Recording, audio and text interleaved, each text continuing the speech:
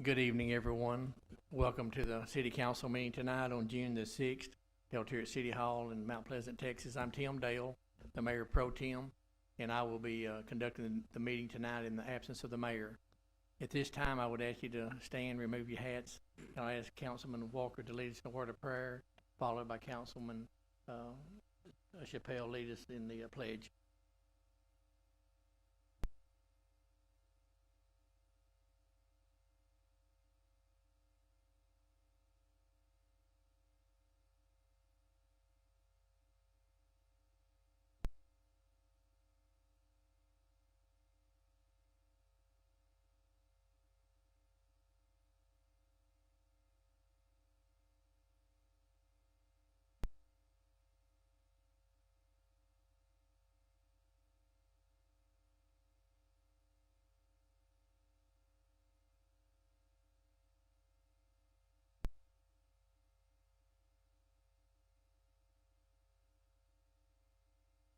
Again, welcome, and we'll jump right into the agenda tonight.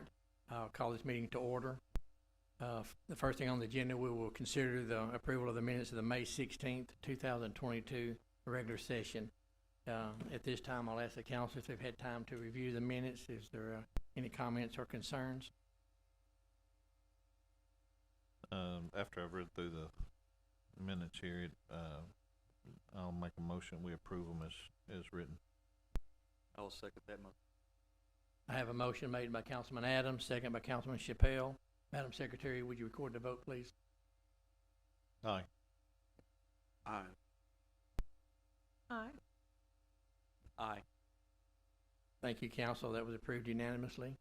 At this time, I'm going to do a proclamation here for a young lady here from Mount Pleasant. We're excited for her tonight, and the grandparents and the parents. I know the grandparents real well.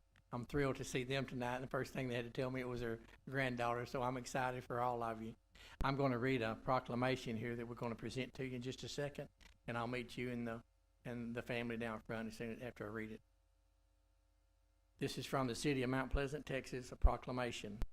Whereas the Mount Pleasant Titus County Chamber of Commerce and Visitor Center facilitates the blanket ceremony program to recognize and honor Titus County high school students who have excelled in specific subjects.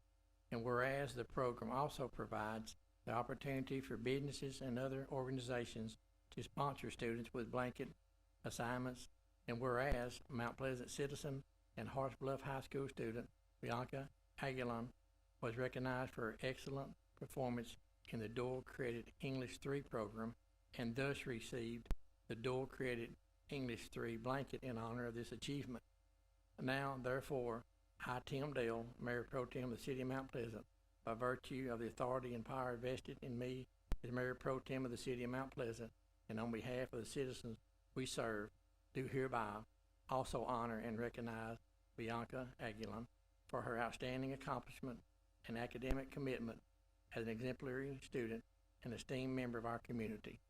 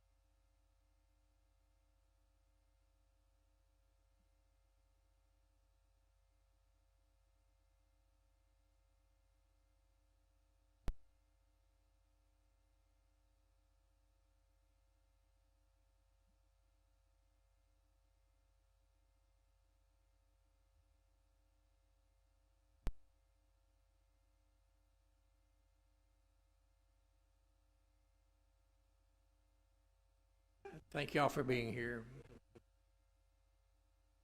Okay, at this time, we're gonna go into our next item on the agenda, and, we've rearranged our agendas a little bit starting this week. We're gonna put the public comments, at the beginning of our meeting, and, in case we have someone that wants to talk and don't have to stay for the whole meeting and address an issue. So at this time, I'm opening the floor for any public comments. If you do, just come forward here. We'll ask that you state your name and your address, and we'll be happy to hear any concerns or comments.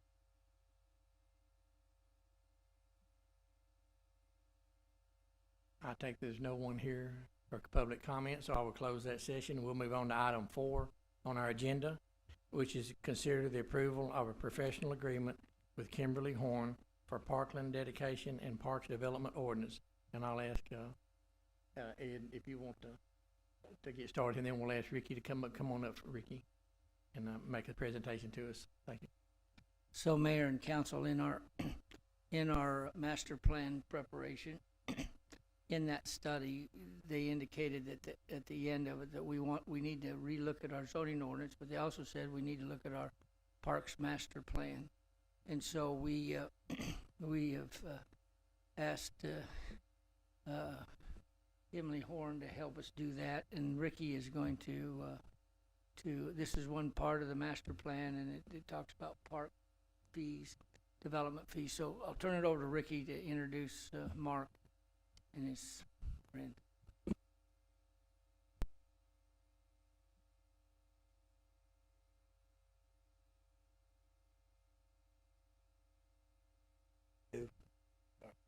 Sorry.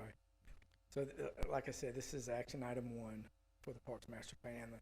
This is also listed in the comp plan. So at this time, I'll ask Mark and Ignacio to come up, and they'll talk us through the process and answer any questions that you may have. Thank you, Ricky.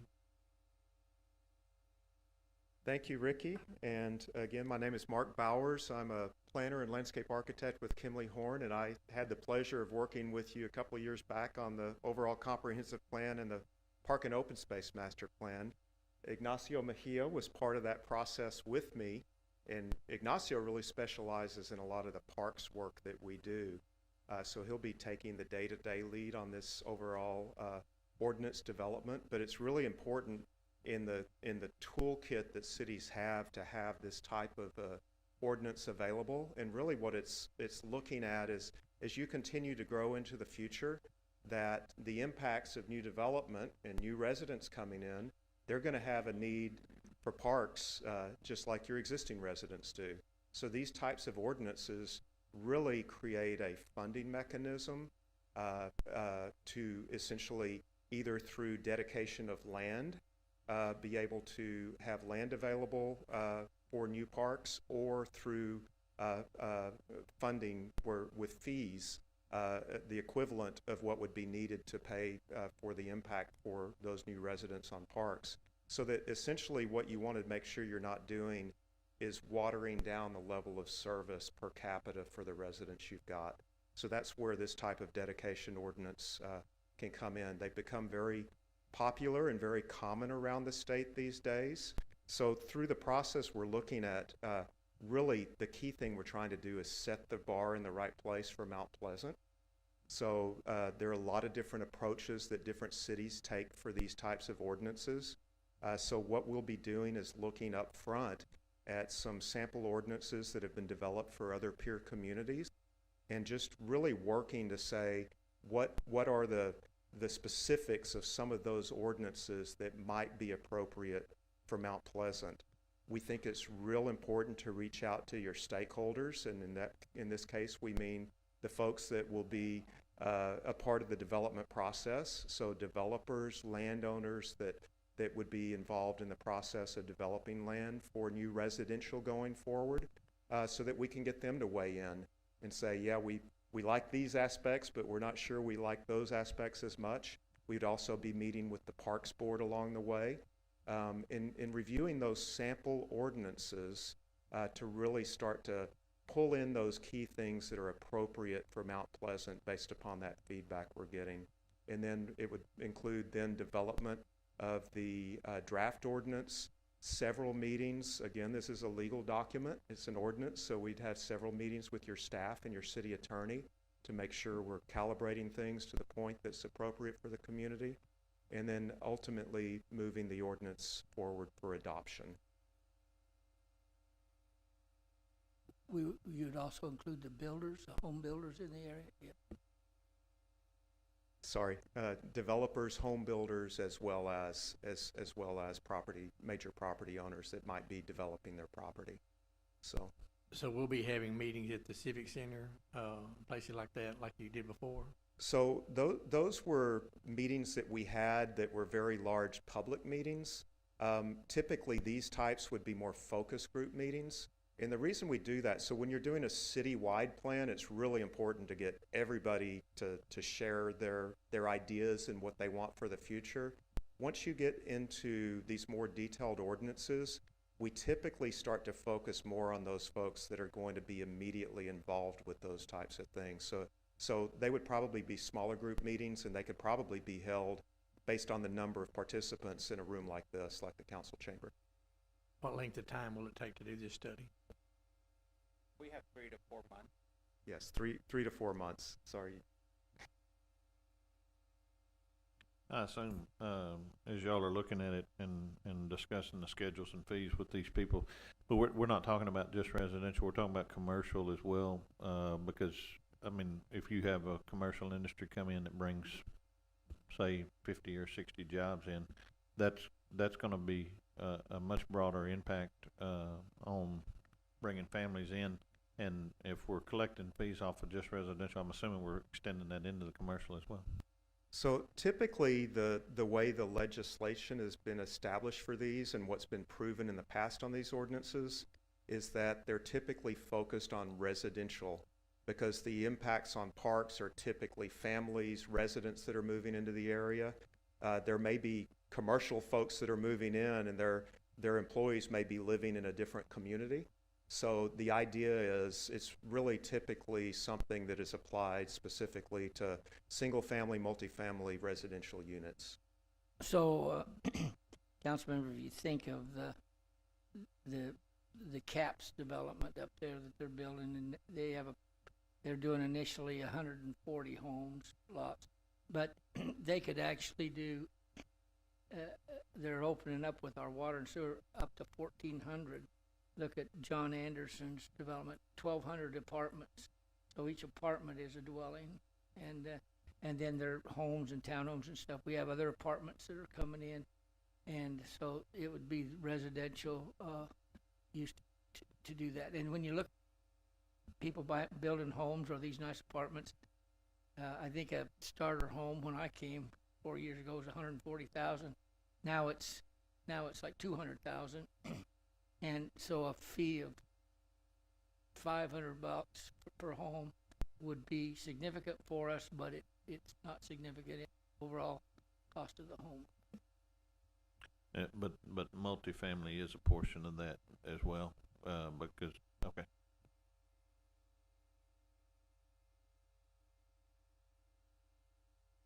Could you help me just a little bit?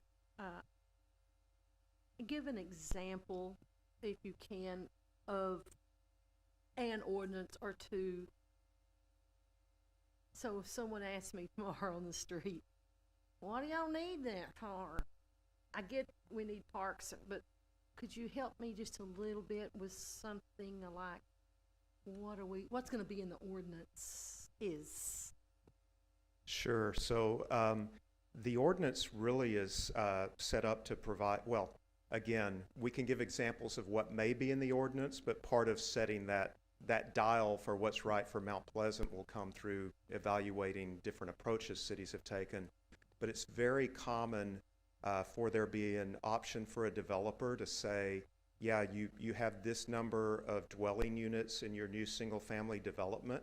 So one option is to set aside a parcel of land that can be utilized and developed as a park, and for the developer either to dedicate the land, but also to help with the creation of the park. A lot of the ordinances will even say the developer, if he chooses, can develop the park himself, so that becomes an amenity rather than him having to pay a fee for the city to come back in later for the construction of the park.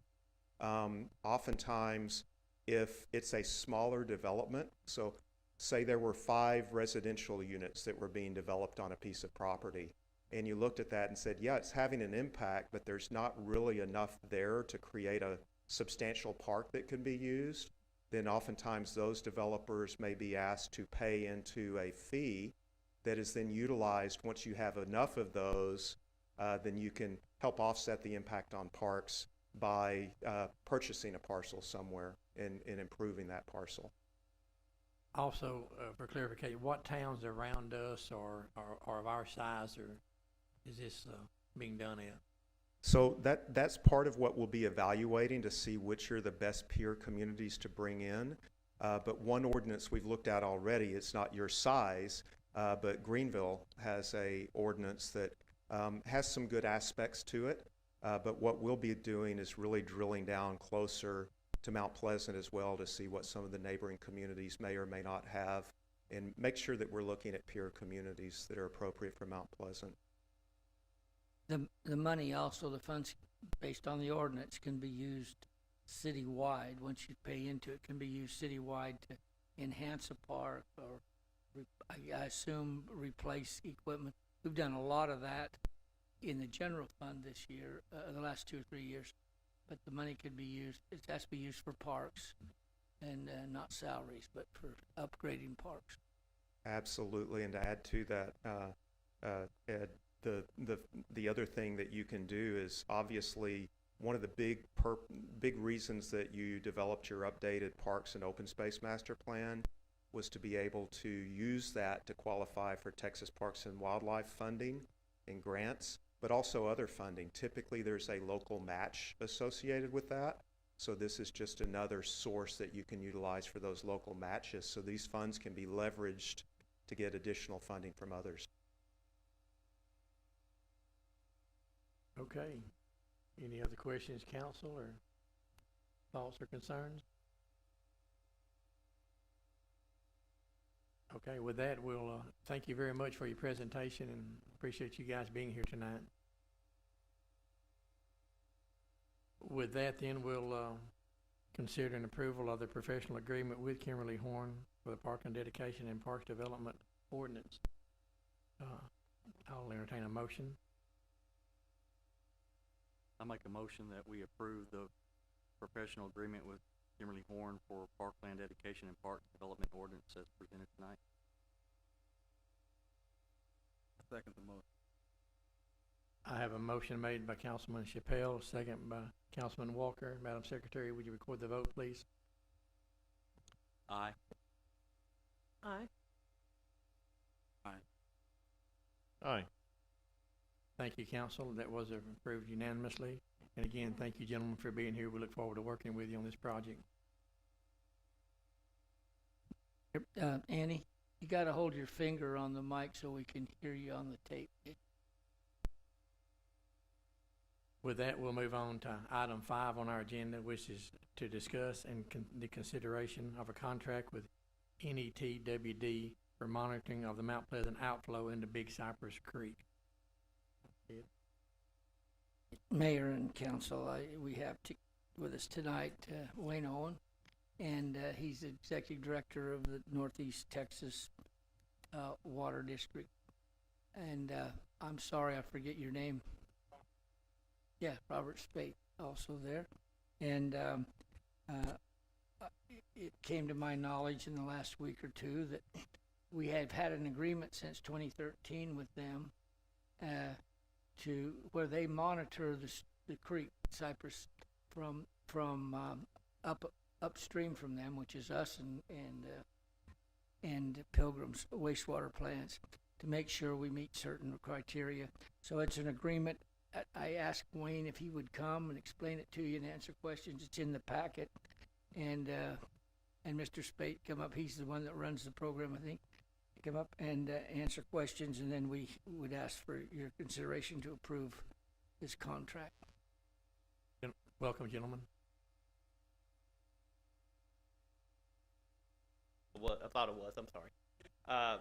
I'm the environmental manager for Northeast Texas Municipal Water District, and Wayne asked me to come and maybe give y'all a thumbnail sketch of what this is and what the renewal is. So, short history of it is back in the early 2000s, it was determined by water quality testing that the Lake of the Pines was having dissolved oxygen problems, and this was leading to harm to the environment, fish, and things. And through major studies, they determined that phosphorus was the main constituent that was causing this depressed oxygen. And so some of that is point source, which would be the cities upstream of us, their wastewater plants. Other is non-point source, which is animals and agriculture and those kind of things. And so what the TCEQ did was ask that the cities reduce by 56% their phosphorus output. And for the non-point source, they asked the NRCS, the Texas Forest Service, and the Soil Board to work with their constituents, the producers, the chicken houses, the farmers, the timber people, to do best management practices to try to contain their parts of that. And so what that would have meant was the cities would have had a limit, a hard limit on their phosphorus loading. And what was come up with in about 2012 was this total phosphorus load agreement, and that is where Pilgrim's Pride agreed to take all of their 56% of phosphorus out and what the cities needed to reduce their phosphorus. And they would do that in the agreement. The cities would then try their best to keep their phosphorus under that arbitrary number, and if for some reason a city went over, then they would pay $3 per pound of phosphorus to the water district for our continued monitoring. There's no fees up front. There's no annual fees. It's just if a city goes over their allotment. Now, to date, in the 10 years, Mount Pleasant has never been charged anything. They've never gone over. There was one time they were borderline, and through talking with the wastewater people here, they were able to make some adjustments, and everything's been fine ever since. So very few of the cities have problems. So we are able to attain this 56% through this agreement. And what y'all have got is just a straight renewal for another 10 years, which was part of the first contract that, if all the parties agreed, we could renew it for another 10. else. The TCEQ was considering, based on the condition of the watershed and also the stream standards for Lake of the Pines and the watershed above it, where if we hadn't come up with this approach to managing phosphorus, they would have set limits on everybody's discharge that would require them to have much stronger, much higher discharge requirement as far as the quality of the effluent. And so as a result, it saved a lot of money for all the wastewater plants in the watershed because of the investment made by Pilgrim's Pride.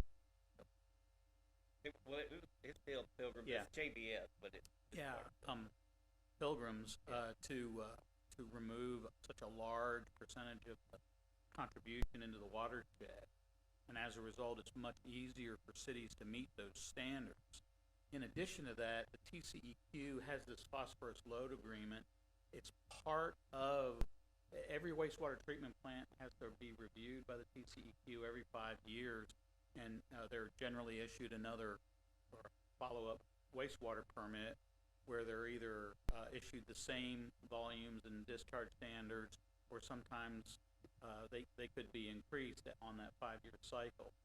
And the phosphorus load agreement and the parameters set forth in it are part of that review every 5 years of discharge permits. And once again, it helps all of the dischargers throughout the watershed to effectively target phosphorus removal. Once again, what's the big deal about phosphorus and nitrogen in wastewater plants? Well, it acts like a fertilizer in the water body. As a result, algae blooms occur. And algae, when it dies, sometimes can be release toxins So the deal is it's part of an overall effort to basically maintain water quality in the watersheds that serve for water supply for all of our system, but it also, this phosphorus load agreement keeps costs down for all the cities who are discharging upstream.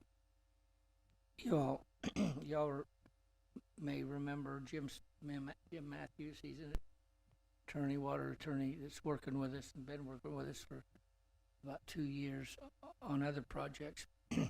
I talked to him about this, and he told me that he worked for Wayne's predecessor, Walt Sears, and helped develop this program, worked with TCQ and helped develop this program. He explained it to me.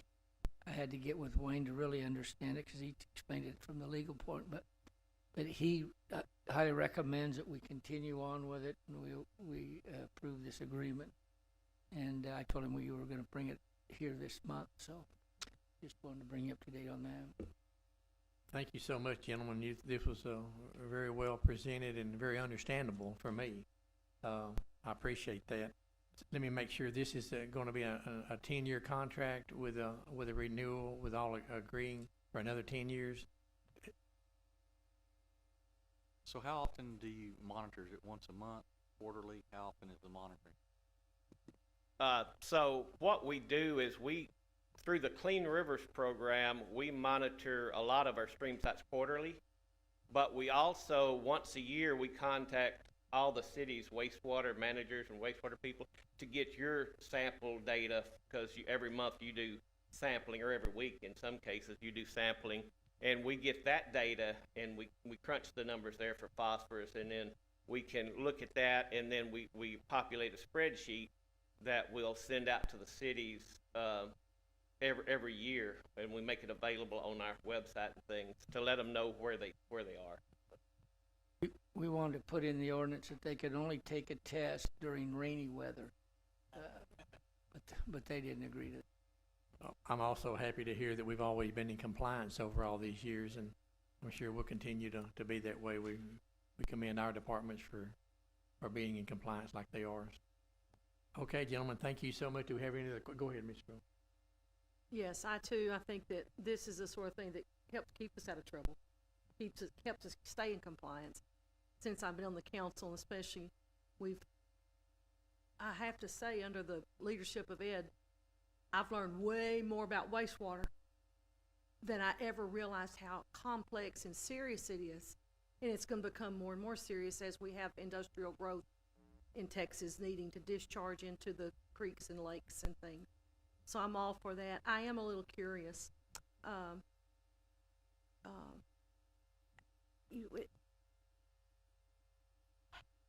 Why do y'all do this if you're not making any money, because we're not out of compliance and you don't get our $3 a pound or whatever? Why are you doing this? Or is it your job? What do you mind telling me that? Sure. Yeah, the reason we're doing it is because we are the ultimate user of the raw water. We take that raw water in Lake of the Pines, we treat it just like your treatment plant is. We send it out to the cities. So the less constituents in there that we have to treat, the lower our cost to produce water, because we're using less chemicals. So that's what that's our skin in the game, is we want to keep it for nature, but also for the people who pay water rates.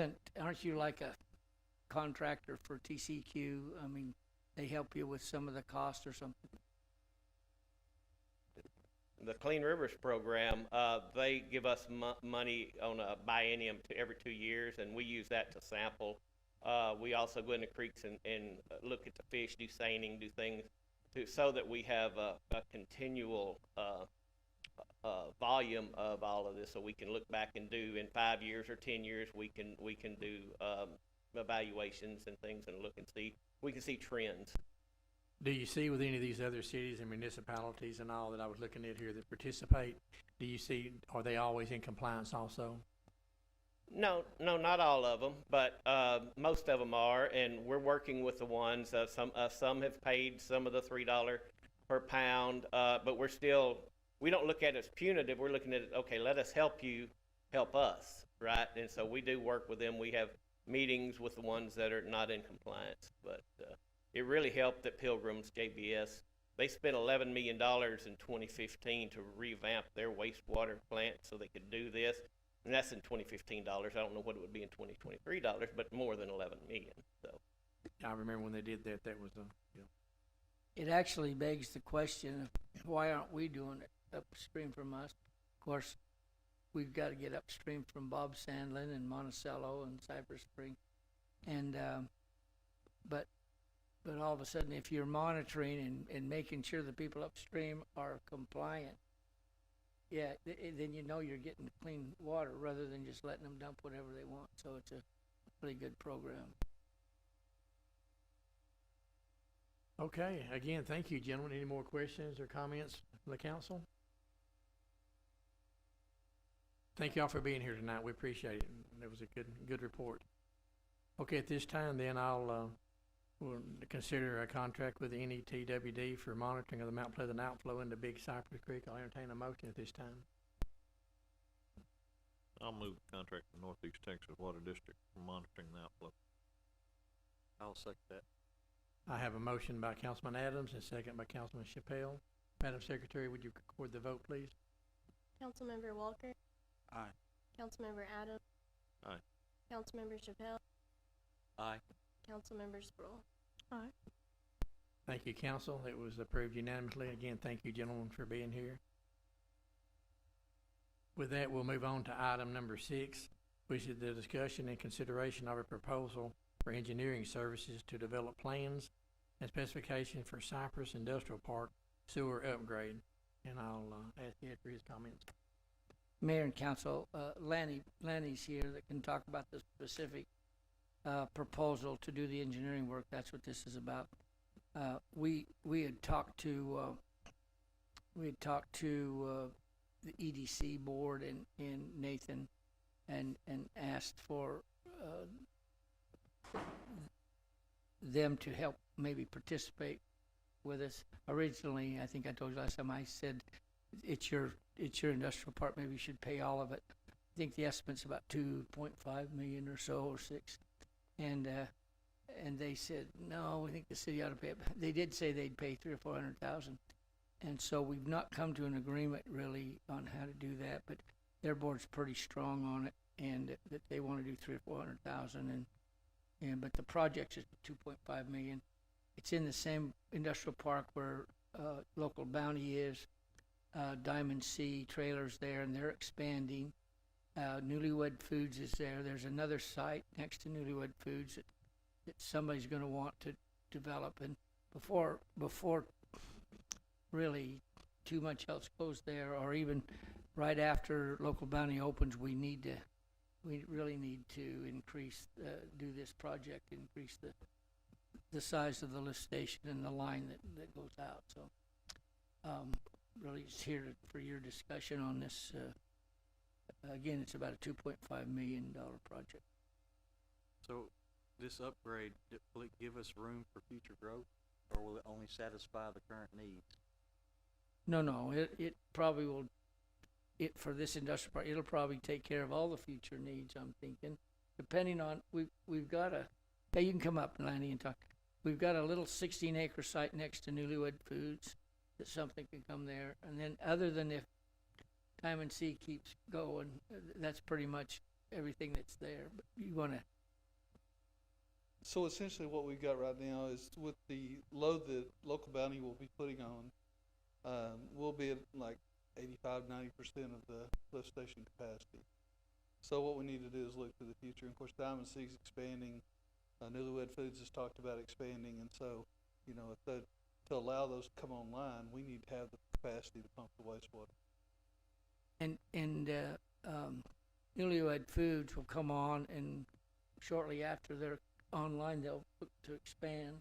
They've said they're looking to phase 2 or something, whatever that is.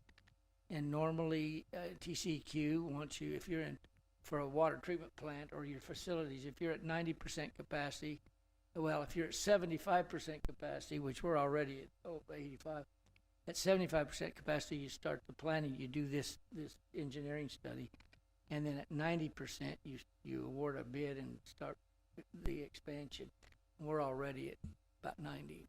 What length of time, Lanny, will it take to, from start to finish on this for the upgrade if this gets approved in the next few months? So I think we have like 4 months in there for design and everything, something like that. I can't man, it's been a little while. Can't remember exactly, but then it'll take, another year after that. So you're looking at least a year and a half before you get there. I would like to say too that part of this proposal that you have in front of you is to do a study. We've got an engineering study in there. We left that in there for a couple of reasons, mostly because the balls keep kind of moving on us. But with Diamond C's expansion as we know it now, they're adding another lift station, which would pump to this lift station. So it may not even make sense at the end of the day to put it where it is if we can make it cost effective to move that.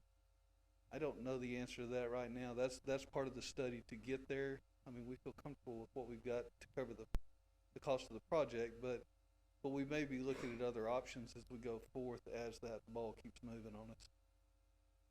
Is there additional research we can get on this topic before we vote on it tonight? Well, we can. My main concern was participation from them. And it really, we put it on here, didn't get it to where I thought it could be as far as the sharing of it, but I put it on there so we can have a discussion and to see how we should kind of do it. So yeah, we bring it back to another time would be good, but.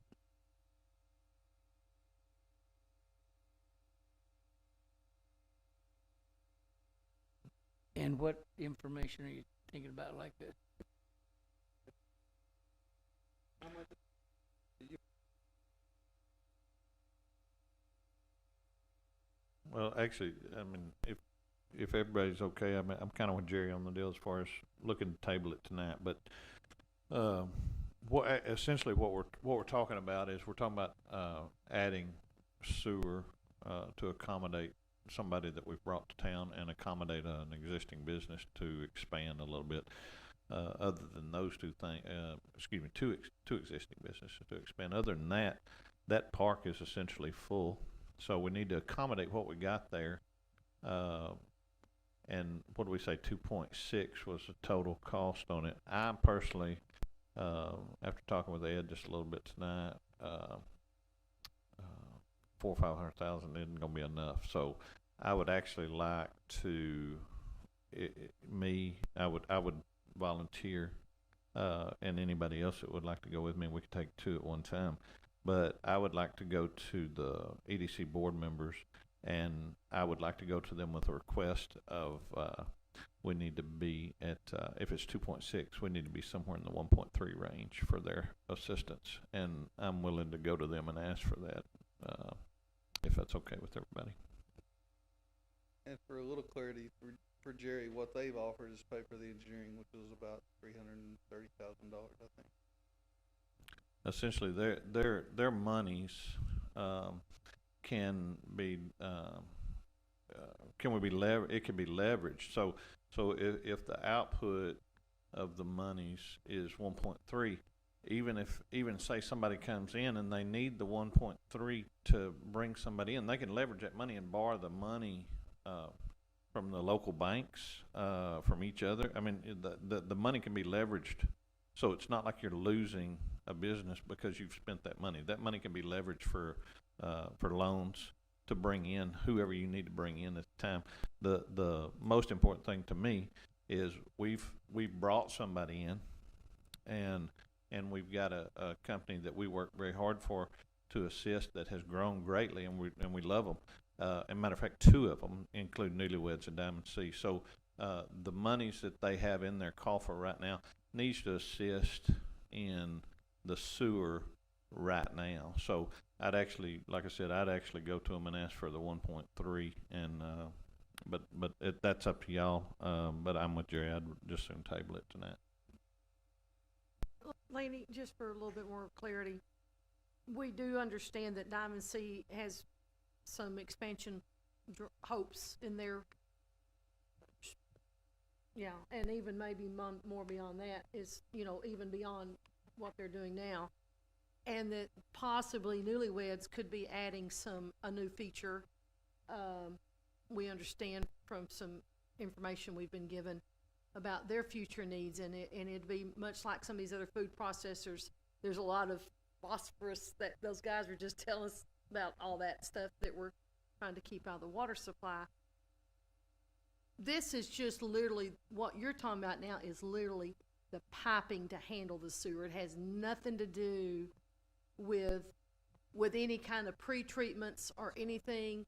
And is it enough if Newlyweds starts to produce another food product out there?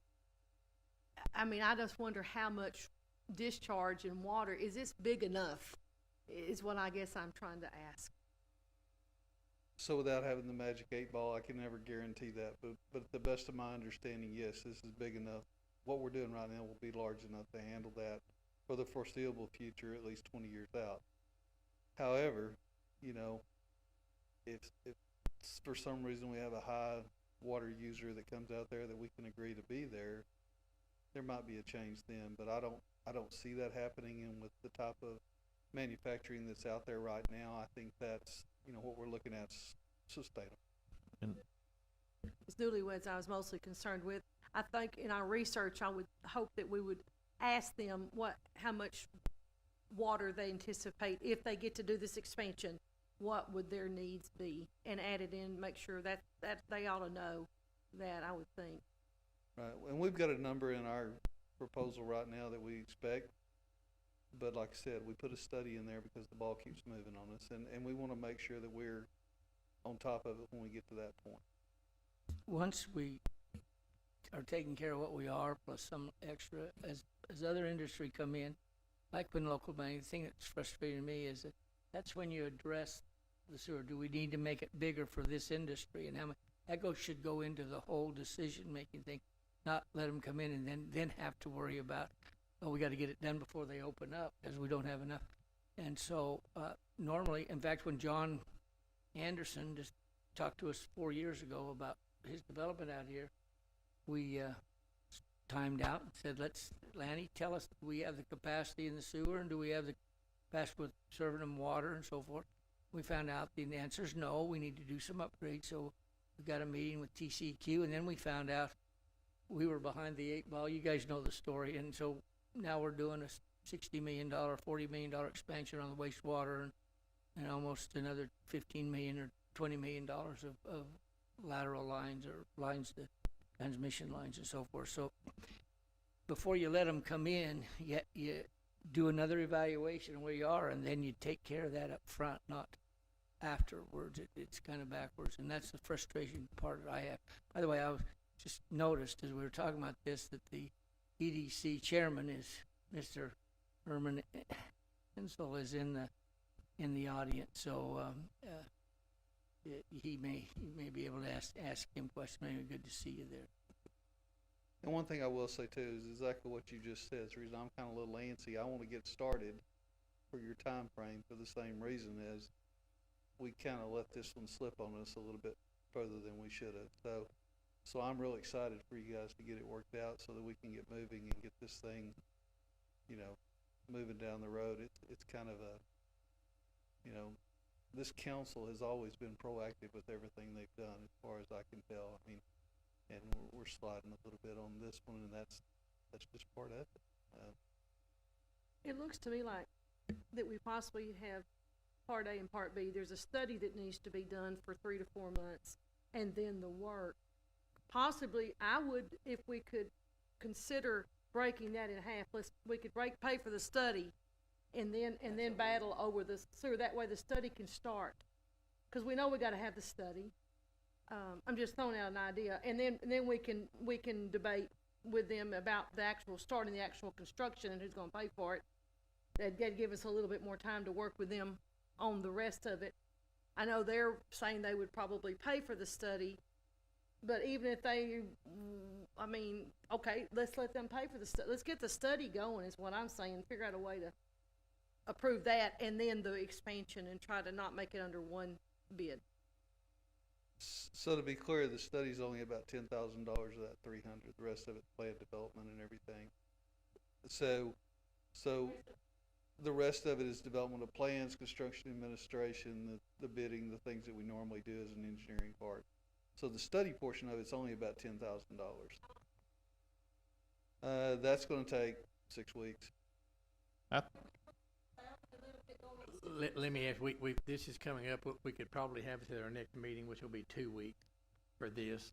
I mean, it's the will of the council. I mean, this has been a great discussion here, and whatever the will of the council is, y'all made the motion, we've got it 1 second, but we still got discussion on it, so it can be changed here or added to. Yeah, I honestly, if we can bring it back up in 2 weeks, I mean, Erman's sitting out here tonight, and we all know the EDC members, and I don't think that there's gonna be an issue. I bet you in 2 weeks we could have it on the agenda to have the whole thing on the agenda.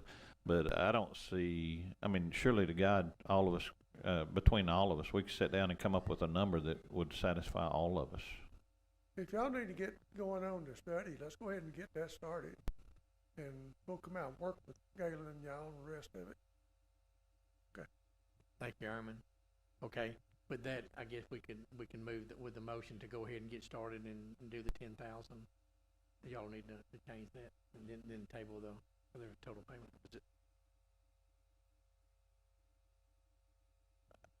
You ready for a motion now? Okay, let's, I tell you what, let me make a motion to, I'd like to make a motion to approve, $10,000 to begin the study, the engineering study on the wastewater at the industrial plant. I'd like to table the rest of the discussion until 2 weeks from today, so we can have a discussion with the EDC on the participation portion of the city and the EDC. I'll second the motion. Any further discussion? Okay, with that, we have a motion made by Councilman Adams and a second by Councilman Walker that we go ahead and start the study and pay the $10,000. And as the motion said, we will address the remaining, hopefully the next council meeting on the arrangements on the payment. So with that, Madam Secretary, I'll ask that you record the vote, please. Councilmember Chappelle, Aye. Councilmember Sproul, Aye. Councilmember Walker, Aye. Councilmember Adams. Aye. Thank you, Councilman and Council Lady. This was unanimous, and it was a good discussion, and appreciate Lanny, your input on it, and thank you, Herman. With that, we'll move on to item 7 on our agenda tonight, which is again public comment. And at this time, I'll ask anyone that has any issues or concerns or thoughts to please approach the podium, tell us your name and address, and we'll be happy to hear any concerns. I have one after the public's had a chance. Okay. Do we have anyone online? I don't guess. Okay. At this time, then, the council, do we have any comments? I wanted to comment on the efforts to forgive me, I'm looking for that one word. Our public servants that service in safety, rescue, for the active shooter, first responder, thank you. Efforts that I got a couple of feedbacks from some folk that were able to be a part of that or be out there to observe it, and I was fascinated to hear some of the things that that y'all observed, and I just think it's remarkable. I'm real proud of you. I think you guys, once again, I'm talking to the 2 chiefs in here tonight, have set a standard that probably there's going to be other places that want to share some of your thoughts and things you come up with. The one thing that in particular that Chief McRae I heard, and please forgive me, this is third and fourth hand, down the coffee shop talk, but one of the problems with active shooters is it goes against fire drills. A lot of times the active shooters or their people causing mischief will want to set the fire alarm, which is contrary to lock down and protect yourself. I thought that was a fascinating point, which makes dealing with those active shooters in those schools extremely hard to deal with when the fire alarm's going off and you want to get out. it's pretty remarkable. Again, I'm just wanted to say, I'm proud of you guys. I think it's amazing. I think the community that got to participate learned a lot. And I'm not saying, I don't want to get off on the fire contract, but this is one of the issues that if the county decides to pull away from the city with their fire protection, they're going to lose things like that if there's some issues in those schools out in the community that we enjoy here with this level of cooperation that we have. I was just amazed because I'm really brokenhearted and I know y'all are, when we have these active shooter things and these sort of tragedies, and we want to minimize loss of life and you know, injury to the kids, the faculty and the guys and gals that worked the incident. So hats off. I'm really proud of you, and I think we learned a lot. I know I did, and I think a lot of the people did. And again, I just think when the county guys I understand maybe next Monday that's going to be on the county agenda to consider if they're going to continue the Mount Pleasant services or not. That's what I heard. Now that could change. I don't set the agenda. I just hear through the grapevine like you do. We all have our grapes that we listen to. But anyhow, so I hope that they'll consider things like that. There's so many things that go into these protections that we have that we just don't know. We just, as citizens, just can't know the details that goes into the efforts. And so I don't know, again, if they'll choose to pull out, but that really got my attention. And the fire drill stuff really freaked me out because I'm like, oh my gosh, that is incredible. Thank you, Councilwoman. And I'll echo that. I was a part of a meeting there, what's it been, Larry, Mark, 4 or 6 weeks ago when y'all had it at the Civic Center, and that was several hours there. We had from the college, all the area school superintendents, all the police, fire, EMS from the hospital. It was quite an entourage of people.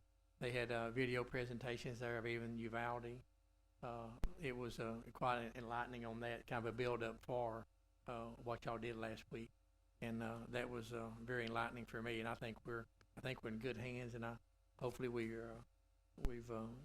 got everything in place as best we can. But again, I'll agree with Councilwoman Sproul that that was very good. I'll also like to say on behalf of the city to the rodeo this year, that was an outstanding event. I'll pass kudos along to Bo and also to Councilman Chappelle, which is on their committee, on the rodeo committee. It was a great success, I understand, and I had the privilege of going, and we really enjoyed it. A great crowd and fun-filled evening. So a lot makes it happen and makes it click, and we appreciate all the hard work that community does for this, and the city's happy to participate in it as we've done the last couple of years.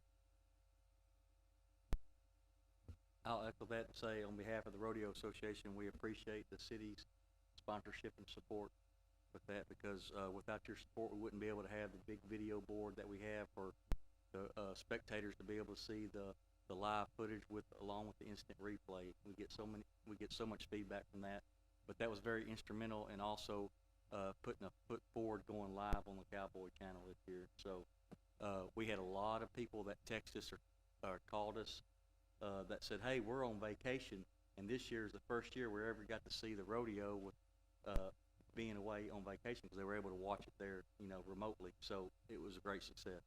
That was a very neat for it to be on the TV station like it was. I mean, we looked first class. We really did. It was a very nice tribute to Mount Pleasant. And when these rodeo people come in, I mean, there's lots of them. They fill our hotels and motels, and they eat out, they buy gas, they shop. I mean, it is a win-win for our community.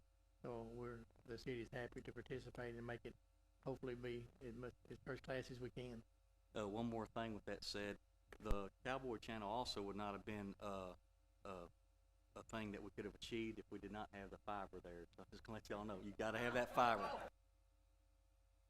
That's an inside joke for those of you that don't. We appreciate that, Henry.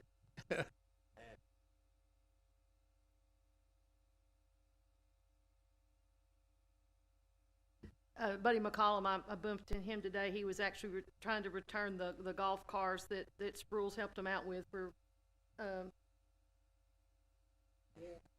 no, no. They, that's one of the benevolences that we're able to do is help them with their couple of golf carts, yes. Well, Buddy's been pretty kind to the Spruels over the years, but anyhow, he said it was like 7,000 people attended the rodeo in person, and that's up, not quite double from when they moved it up to the next level.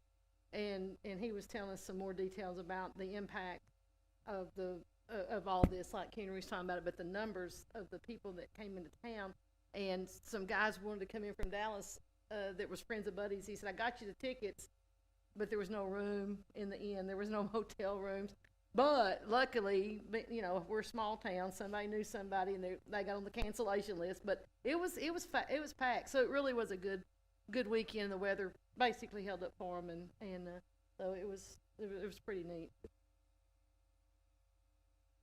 It'll probably talk about this, but I will. On June the 16th, the Juneteenth Festival will be in Oakland Park that we've worked on. We started it back in 2021, and that Monday the citizens asked to do it again. So we put it in, and I appreciate all the work that the city has done as a city project, but the citizens and for the children especially on that day, it's more of an activity. It's fun-filled family activity, but also that afternoon, that evening at 6 o'clock in the dedication service, you honor those who have been in the community doing community service. And again, I'd like for you to remind folks to come out to this city function. And it's a great thing just to see the children playing is a great thing in the summertime, as well as to honor those who've committed so much of their volunteer time when we realize so much in society as a whole, it's very hard to get volunteers to do work today. Thank you, Councilman. We look forward to that evening. It'll be a fun-filled evening. Anything else from council or Mr. Thatcher at this time on that? If not, I'll close the public comment and we'll move on to the next item, which is the city manager's report. Yeah, thank you, Mayor and City Council. I wanted to mention about the rodeo too. The thing that really, I think somebody mentioned it here, Jerry or Tim, but when they went up to or Sherry maybe, PBR, when they went up to that level, PRCA, that's right. When they went up to that level, they get the level of stock and the level of cowboys that go around. It's first class. They get the top notch. So we have a lot of work to do to make sure it goes off well and so forth. And they've done a really great job, the rodeo committee, and those to make.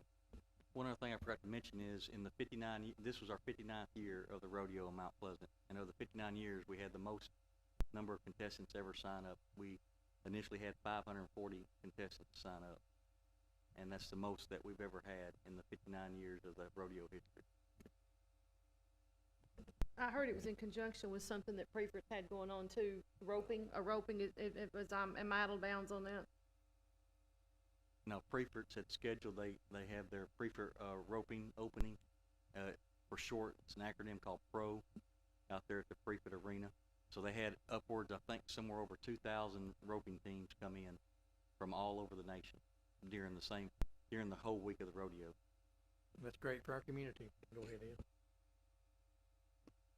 I wanted to also mention June 16th on Friday. Starts at 11, isn't that right? 11, and goes till whenever Jerry dismisses us out there. And yeah, and it's going to be quite a day. And I'd also want to say, Jerry mentioned that when you're out there and you see the little kids come up and they get their ice cream or their snow cone or their pony ride, and they stand back, and finally say, don't you want some? And they say, well, how much is it?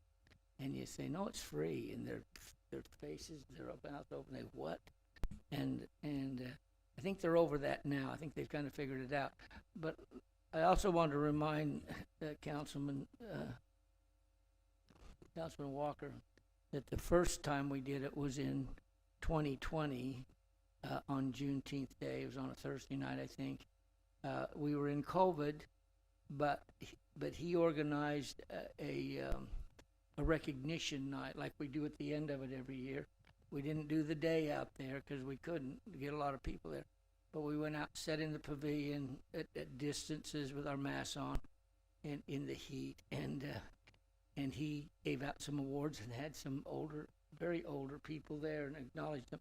So that was the very first one that we did here, and then planned for the all day the next year. So we've actually it's 4 times. This is the 4th year, and so I also want to just introduce Craig Messenbrink. He's a PE and engineer, and he's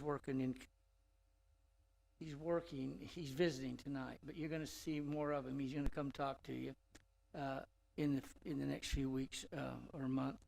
But he's working in conjunction with Plummer Engineers, who's looking at our water plant and so forth, and doing some engineering work on it. And he'll be doing some other of that work, but he'll be doing some other things we'll talk about. And I just want to make, since he's here, acknowledge him, and so you'll recognize who he is when he comes the next time. He came in from Carrollton or Dallas somewhere, so he's got a long drive left tonight, so appreciate that. And that's really all my report. If you have any, oh no, I want to tell you, I'm going to be at the Texas City Managers Association meeting in Allen, Texas, starting Thursday, Friday, Saturday, and Sunday. So I'll be out Thursday, Friday, and then back on Monday. Did you have something, Ricky? July 4th? Oh, yes. Now, this is the most important. July 4th is a holiday, but it's also on Tuesday. It's the first Tuesday of the month. You may recognize that as a possible problem. Yeah, so, well, it's up to you whether you want to cancel it or if you want us to reschedule it. We need to have a discussion, and if we need to do that, we'll bring it to you next time to vote on, but we need to figure out what to do with it. Why don't we bring it up maybe next time when we get a little closer to it there?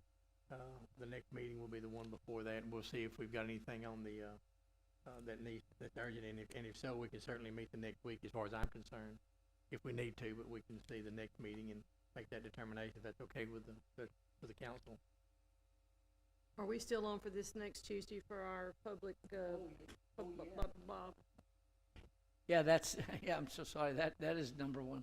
Next, a week from tonight, can we do it at 6, you think? Oh, you won't even be here that night?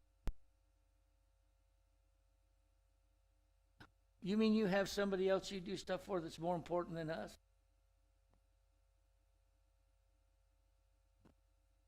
I'm gonna have What time that night and where? we were gonna do it 6:30 unless we could do it 6, but since Henry's not gonna be here, we can do it whatever time you want. It's gonna be a couple hours. It's gonna be at the Civic Center. 6 o'clock, 5:30, what's best for the council?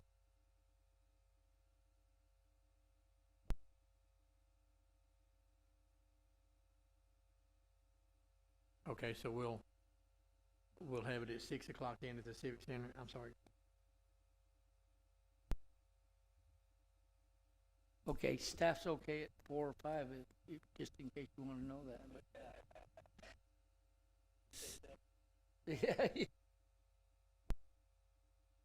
I'm done. Looking at canceling the meeting on July the 4th, but we'll do that the next meeting for sure on that one. Galen, can you come a little earlier than 6? Let's make it, I would like to consider the staff, I didn't know if they like to eat supper before dealing, but I'd come a little earlier. I just make it happen this time, because I know we have some late nights. I was kidding. We'll have something to eat there at 5 or 5:15, so you can come and eat. Whatever you want to do. I was gonna say, I don't even have a job no more. Believe it or not, I'm flexible also. 5 would work for me too, if I want to kind of give them a little earlier, give them a break. 'Cause They leave at 5, you want to start at 5:30? Yeah. Okay, will that work? That'll help y'all? Okay, so we'll change that on next Tuesday.